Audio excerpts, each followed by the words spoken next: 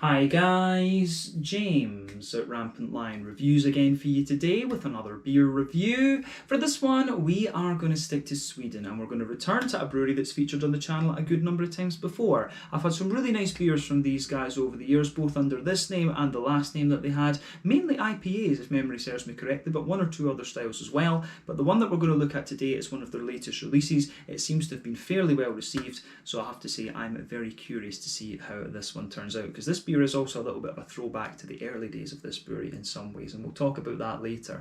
But very much looking forward to it. Hopefully it makes for an interesting review, hopefully it's a good beer, and I hope that you guys enjoy my take on this one as well. So yeah, for this review then, we are going to head up towards the Stockholm area. We're going to go to the southwest of the city, to Ekerö, and that means that we're going to have a look at another beer from Northern Exposure Brewing Company, previously known as Nordic Kiwi Brewers. So this particular beer is called the Great Southern Land. It comes in at 7.2% ABV, and this one is a New England hazy, whatever you want to call it, IPA.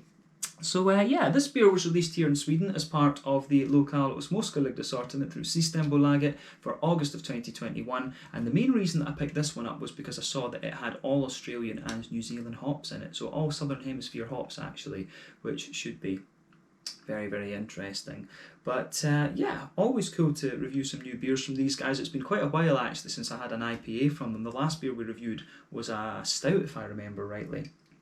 But yeah, certainly curious to see what this one has in store for us. So let's crack on with the review then and find out. So, as always with my reviews, I'll tell you a little bit about the brewery before we taste the beer. If you want to get straight to the tasting, just fast forward. All the usual links are in the video description below. That's the brewery website, the link to my other reviews that I've done for Northern Exposure Brewing Company before. There's also a link down there to the Nordic Kiwi ones, incidentally, that you can check out. But hopefully we can add more from Northern Exposure Brewing Company in the next little while. But there's all the usual social media down there. If you want to see more reviews, do please consider subscribing to the channel. The whole channel, of course, has a geography-based tagging system, so you can go into the homepage and search for beer based on country, city, state, county, province, prefecture, whatever it is you happen to be interested in. Do check out the playlists of beers from different countries. There is one there for all the Swedish beers that I've reviewed for you. That's constantly being added to, and as always, please do get in touch and let me know some of the other beers and breweries that you guys would like to see me review. It's always great to hear from you guys that are watching the videos, and the support that you show the channel is hugely appreciated. So anyway, to tell you a little bit about Northern Exposure Brewing Company then, on to my brewery notes. So this brewery was founded originally as Nordic Kiwi Brewers, and they're based in Ekerö to the southwest of Stockholm, as I've mentioned to you already. But the two men behind this company are the New Zealanders Craig Donovan and Karen Beattie, who founded the company together back in 2014, and apparently they began home brewing because they said Swedish beer was so expensive, and soon they began buying hops from Nelson back home in New Zealand.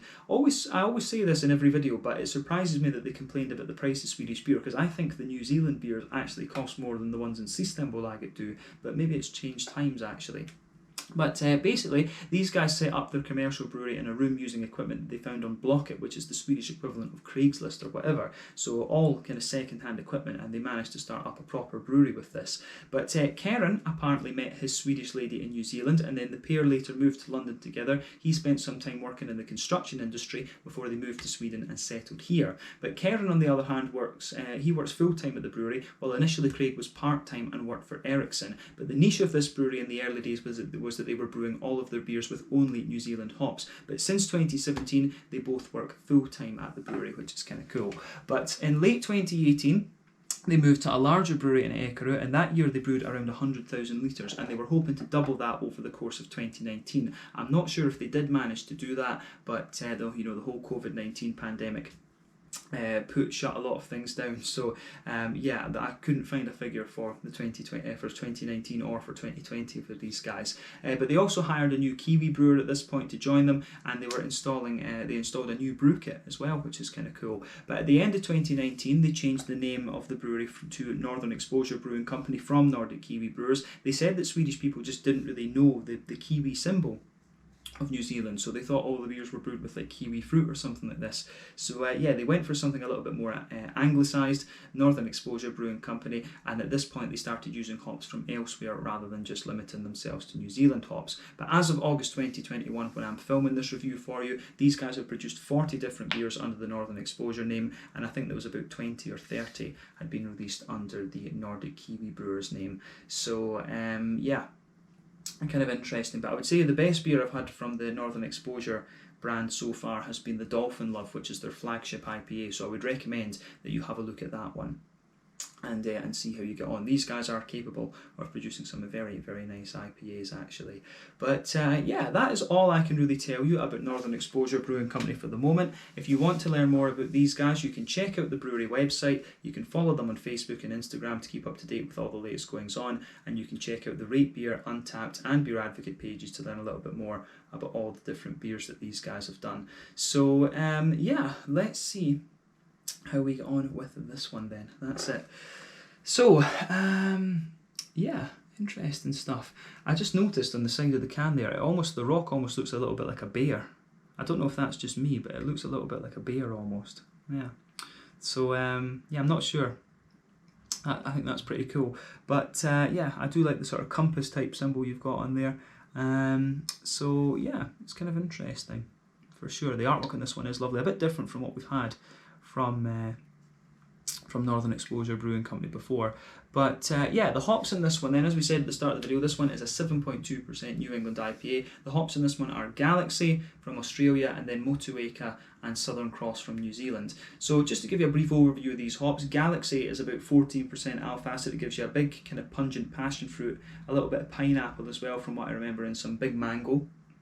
Motueka is about 8% alpha acid if I remember rightly, and that's a big sort of oily limey character you'll get from that one mainly. And Southern Cross is one that I haven't had too much, but it's quite lemony, and I think it's also got quite a quite a big floral kind of spicy component to it, that if I remember rightly, or was it resinous? I can't remember, but yeah, it's either piney. That one, Southern Cross, does have quite a powerful green component to it from what I remember, and it's either big and kind of floral and spicy, or it's more kind of piney resinous, I can't remember. But yeah, 14, now that's about 13-14% alpha acid hop as well. So yeah, cool to see that one over here. You don't see Southern Cross all that often, but I drank a few beers with that in it in New Zealand, and it's quite interesting. It's quite similar to American Centennial in a lot of ways. But yeah, 440ml can, and I believe I paid 45 Swedish kroners for this, which is the kind of standard for a Swedish single IPA. So €4.50, £4 sterling, and I guess somewhere in the region of about $5 American probably. So yeah, let's get this guy out and we'll get on with the tasting then. A 7.2% New England IPA. And my first IPA from these guys in quite a while. I can't remember what the last one was. So yeah.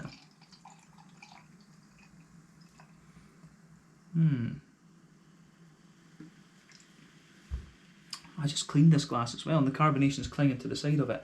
Always annoys me that. You rinse your glass and then you leave it for maybe 5-10 minutes, and then you get all the carbonation still clinging to it anyway. But yeah, before the head completely disappears on this one, you could see that when we poured the beer, it poured with about 1/4 to a 1/3 finger of a frothy, I would say pure white head. There's 1 or 2 big bubbles sticking towards the side of the glass, a few little ones going up towards the bottom of the head there. But I mean, overall, this one looks pretty much as you would expect from a New England IPA. But yeah, one thing I will say about this is the level of haze for a 7.2%er is pretty damn impressive actually. So remember in these beers that the level of haze you get depends on the yeast that you use, the wheat content and the oat content, and there's no real rule about this in terms of alcohol percentage and so on. So yeah, it just varies from brewery to brewery and even recipe to recipe, so you've got to bear that in mind. But this one has a fair little bit of opacity to it when you consider it's only 7.2%. That's impressive. And in terms of colour, I would describe this one as being a little bit of a kind of darker yellow colour. You know, this is a bit like a kind of mixed tropical fruit juice, this one. So mango and maybe something like a mango and peach juice or something that's got a wee bit of that more kind of orangey tint to it for sure. And remember, the colour of your beer depends on 1, the type of malts that you use, 2, the length of your wort boil. The longer you boil the wort, the more the sugars caramelise, and thus you get a dark coloured beer. But it's the malts that determine largely the EBC, the magnitude of the colour. Any barrel aging that you do and any adjuncts that you add as well will also play a role, but you normally don't need to care about that with New England IPA. So not sure why I always mention that, to be honest.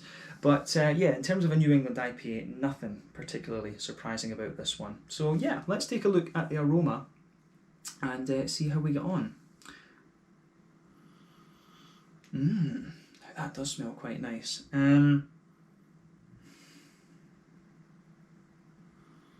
So, as I always say to you, for me, New England IPAs can take 6 different directions. They can be a bit farmhousey and yeasty, they can be rye leaning and grainy, wheaty and bitey, oaty and creamy, barley malt leaning and bready, or they can be more kind of brown sugary leaning. And quite often they'll give you a mixture of these characteristics. But this one has quite a few things going on in it, I would say. First thing that I get out of it is a little bit of the yeastiness, and it's almost got like a wee bit of a kind of crackery backbone to it, but you can certainly smell a bit of the wheaty bitiness as well, and it's got a wee bit of zip to it from that, I would say. But at the same time, I do get a little bit of the oaty smoothness and some of the barley malt as well, which is kind of interesting. I don't really get any graininess, and there's a wee touch of maybe like a Werther's Original brown sugar in there. So yeah, there's a few things going on in this one. So it's got all of these different components to it. But yeah, for me, the first impression of this beer is that it comes across as very, very smooth in its aroma. So, as I say, I think the backbone of this one is a soft white bread. There's a wee bit of bread crust in there for sure. You can smell a sort of thicker, wheaty character to it with a bit of bite at the back of the nose, definitely. And then I think, you know, the further you go into the aroma with this, you start to get a few kind of crackery, slightly woody notes from the yeast in this one, definitely. Yeah, this really does have a wee bit of that woody, crackery sort of thing. The other thing is that this one uses a Verdant yeast from England, actually. Verdant, as in the brewery from oh yeah, they're from Cornwall, from Falmouth in Cornwall, in the very kind of southwest of England. Good brewery. If you haven't tried them, you definitely need to. But yeah, this one, I think the aroma and the malty, yeasty side of things comes across very well. But yeah, you can smell a more kind of airy, bready sort of thing coming out of this one as well. So I like what this beer has in terms of its aroma. You can certainly smell a wee bit of you get a little bit of an oaty creaminess to it. You also get a little bit of a, how do we say, you certainly get a little bit of a,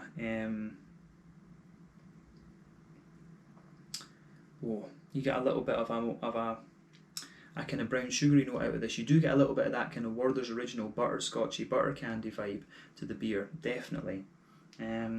So it has everything you'd kind of want from a sort of modern New England IPA, if you like. So I'm curious to see how this malt base and the yeasty characters kind of come out in the aroma. So yeah, this one's going to be very, very interesting. So on the hoppy side of things then, I think we've said all we really need to about the malty and the yeasty side of the beer. The hoppy side is I think is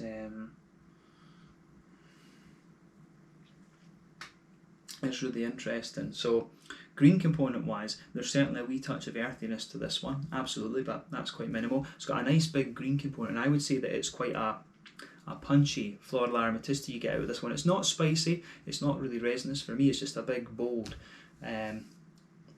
floral aromatic quality that you get out of this one. The grassiness at the front of the nose also has quite a wee bit of zestiness to it, but when Southern Cross is involved, it's got that big lemony character, like I said, so that shouldn't come as a surprise at all, really, to be honest with you. But yeah, nice big floral,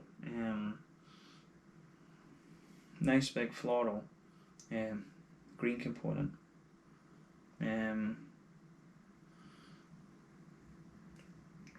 Yeah, nice big floral green component to it, as we say, and the grassy zestiness I think works together really well. But let's focus on the fruity part of the beer then. So the fruitiness is actually, it's a little bit softer than I thought it was going to be honest with you. And there's a wee bit of oiliness to it as well, and that's, and you know, somewhat of a surprise, I would say, but not wholly. But yeah, on the fruity side of things, this one actually has a really nice balance between the tropical side and the citrusy side. So the Galaxy actually gives you quite a soft mango in here. You can get a wee bit of a passion fruit in it, but I think it's mainly mango you're getting out of this one. And for me, there's quite an oily pineapple note. I think the Galaxy is really showing its pineapple side in this one, which is interesting. But you certainly get a lovely mixture. The way that the Motueka and the Southern Cross are interacting in this one, I think is very nice. So you can smell the sort of oily, limey characters in there, and then you also get the slightly more bold, zesty lemon too. But both of those combine together to give you a nice kind of oily citrusy component, and that mixes with the grassy esters that we were talking about before too. So yeah, I think this one goes together really quite well. So yeah, just take a bit of time and ponder over the aroma of this one before you get stuck into it. But I think this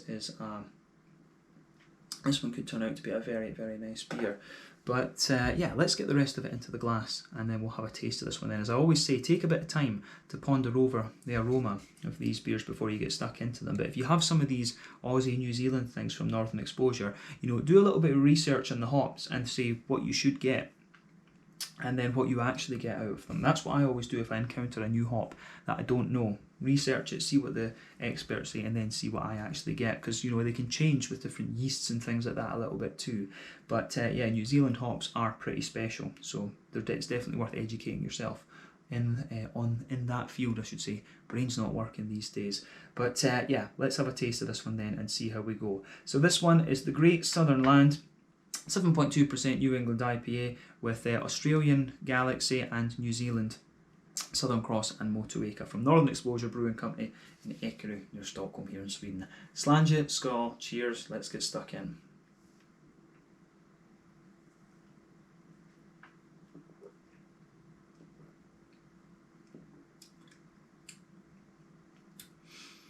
Oh yeah,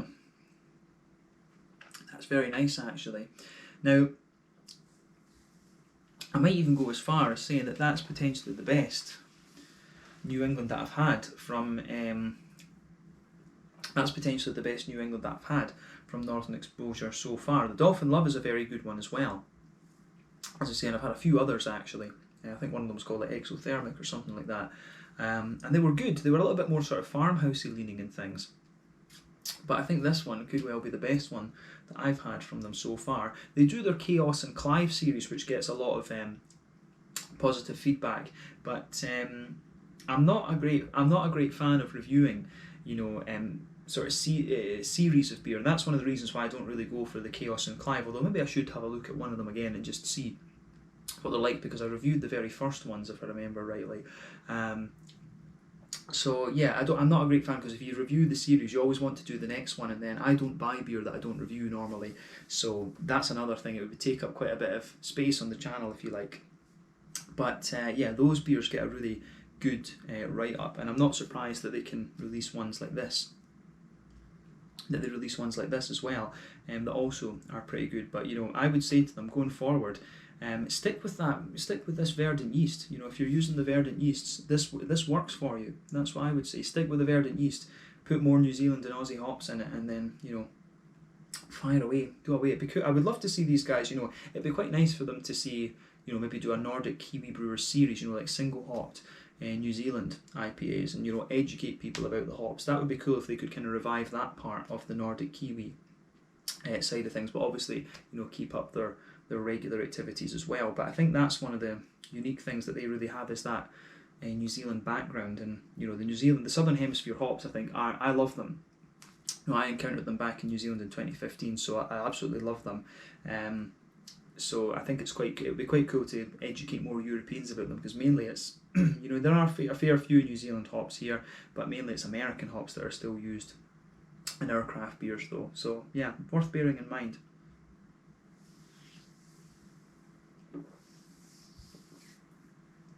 But like I say, this one is very nice. It's a smooth, slightly creamy and quite slick IPA, this one.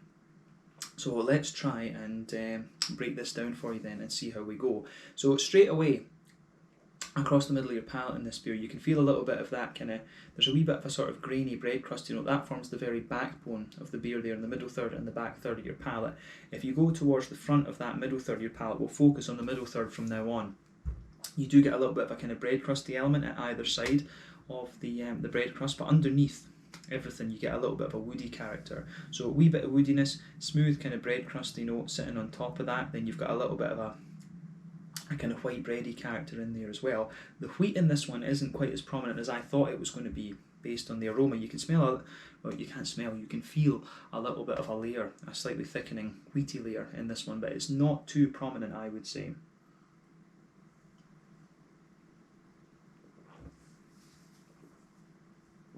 So yeah, I do get a little bit of a more kind of prominent wheaty layer in this one, but not too much. I think it thickens up a little bit the more that you drink of it, in fairness. But yeah, on top of the kind of more crisp white bready note, there's a wee bit of a thicker wheaty note, and then on top of all of that you can feel a little bit of the oatiness. It's almost like in the middle line of your palate you get the thicker oaty characters, so you can feel that thicker oaty creaminess there, and as you move out towards the edge of the palate with the beer, you've got a wee bit more, you've got a little bit of that more kind of oaty creaminess as well.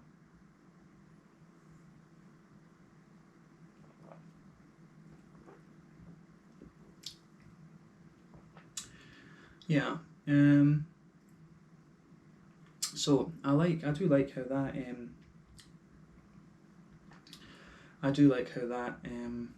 how that goes together. The way that the oatiness comes out of this one, I think, is really nice, and I think the oats sort of smoothen out and almost sweeten up a little bit the more that you go into the aftertaste as well. But a nice big line of oatiness down the middle of your palate. Then as you push out towards the edges, it gets a little bit more smooth in a sense. But yeah, sitting on top of that, you do get a little bit of a more kind of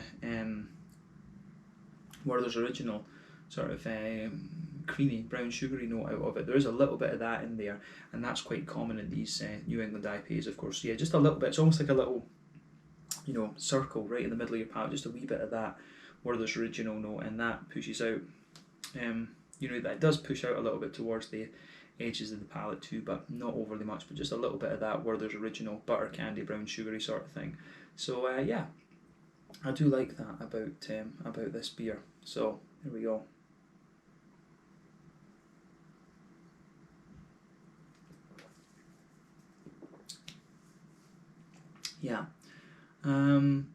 Yeah, way this goes together is very, very nice. But on the how would you say, what would you say on the kind of, I think that covers everything we need to say about the middle third of your palate, but let's focus on the back third of your palate for a minute. So border region between middle third and back third of your palate, again you get a wee bit of a bready build up in there, a bit of a bread crust, then the backbone of that of the beer is it's kind of, you get you do get a wee bit of the bread crust. Again, you get the white bread and the thicker wheaty layer, and the wheat gets a little bit bitier towards the back of the palate, and sitting on top of all of that, actually, you get that more airy yeasty note in there. And I think the kind of airy character to this one has, it's got a little bit more of a graininess to it, so that the yeasty notes have a little bit more of a kind of grainy, almost crackery type thing to them. And I do think you get a wee bit of crackery quality out of this beer the further that you go into the aftertaste as well. So yeah, the way everything goes together in this one is quite nice.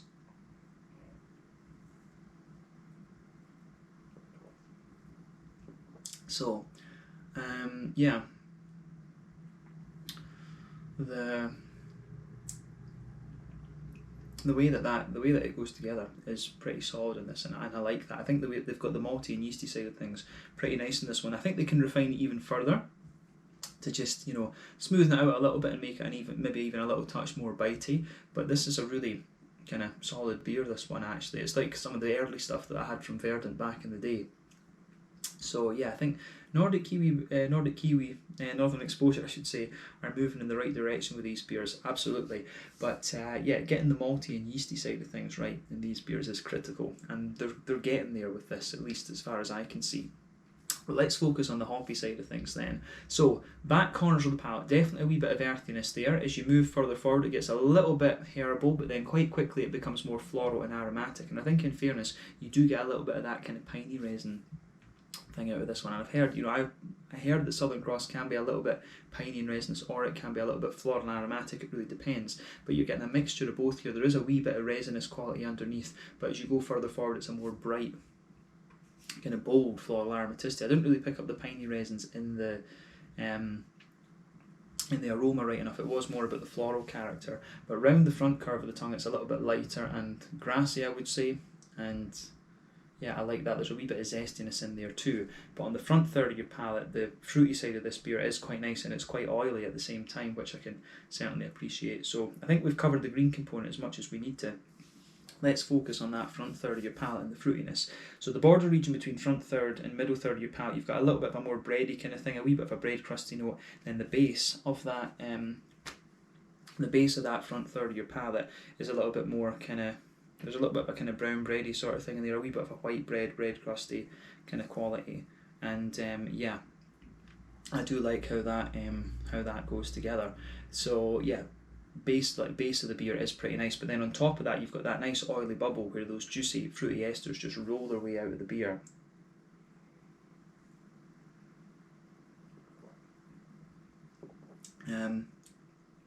So yeah, I think that that works very nicely in this one as well. But let's focus on the actual fruity esters themselves. So on the back half of the front third of your palate, it's definitely about the galaxy. You've got that more pungent passion fruit, and as you move further forward from that, it gives you a kind of soft, juicy mango, and there's also a good wee bit of pineapple. I think as you reach the middle of the front third of your palate, it's all about the pineapple, but then as you move into the front half of that front third of your tongue, it is a bit more oily and citrusy, so you can feel the oily motu eka sitting underneath that. Then you've also got a little bit more of a kind of zesty, lemony character, which is the Southern Cross. So yeah, I do like how this beer goes about its business in that regard. I think that you can feel the sort of lemon limey qualities just mixing in with the kind of grassy esters on the front edge of the beer as well. But yeah, I think this one goes about its business very very nicely in that sense. So a big thumbs up to Northern Exposure Brewing Company for this. I think it goes together really well. So yeah, I guess I think this is a solid beer, and as I say, potentially the best New England that I've had from them so far. I think this one could be refined, and if they got it even just a little bit more slightly sweety, slightly sweet and kind of oaty and creamy, and they got a little bit more bite to it, and they brought out the hops were just a bit brighter. I think this beer with a little bit of refinement could be really damn good, and you can see the direction they're going in with these beers at least. So I'm looking forward to seeing what else they've got. But using the verdant yeasts certainly seems to work for them, so I would continue with that. But let's round off the review with the mouthfeel then. So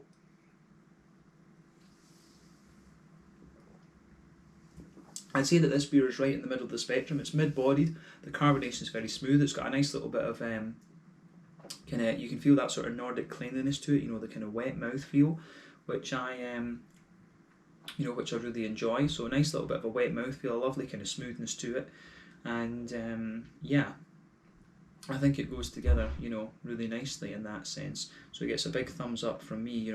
Nice, clean, smooth beer. This one of the smoother New England IPAs that I've come across. You maybe could argue it's a bit slick as well. In terms of the hoppy bitterness, I think this one could be about 40 IBUs or something like that. It feels a little bit more bitter, that's for sure. So maybe a little bit more early edition hop in this one. Not 100% sure, but I think about 40-ish IBUs in this beer, potentially a little bit more. But yeah, the malt base, like we say, good little bit of graininess to it underneath, a bit of smoothness and a tiny little touch of sweetness. It is quite a grainy, bready sort of malt base that you get out of this one at the end of the day, with a bit of wheaty bite. And then the fruity side of things, I think, is quite oily, but good balance between the tropical side and the more oily fruity side, the more oily, zesty, citrusy side. So yeah, I like how this one goes about its business, that's for sure.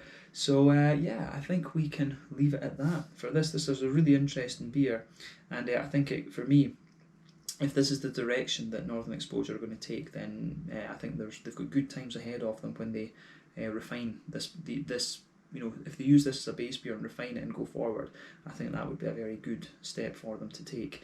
But yeah, I really enjoyed this one, so big thumbs up to the guys at Northern Exposure Brewing Company once again. So yeah, this was the Great Southern Land, a New England IPA, 7.2% ABV, showing off some lovely Aussie and Kiwi hops. And this is definitely worth trying if you get the chance. So yeah, let's leave it there. Once again, thank you for watching my beer reviews. Until the next time, please like, subscribe, share, all the usual YouTube stuff. Let me know your own thoughts on this beer in the comment section below. Let me know what your favourite beers are from Northern Exposure Brewing Company. And as I said earlier, we will return to these guys in the near future. Check out my social media, check out theirs, and I will see you guys on the next review. Slàinte, skål, and cheers.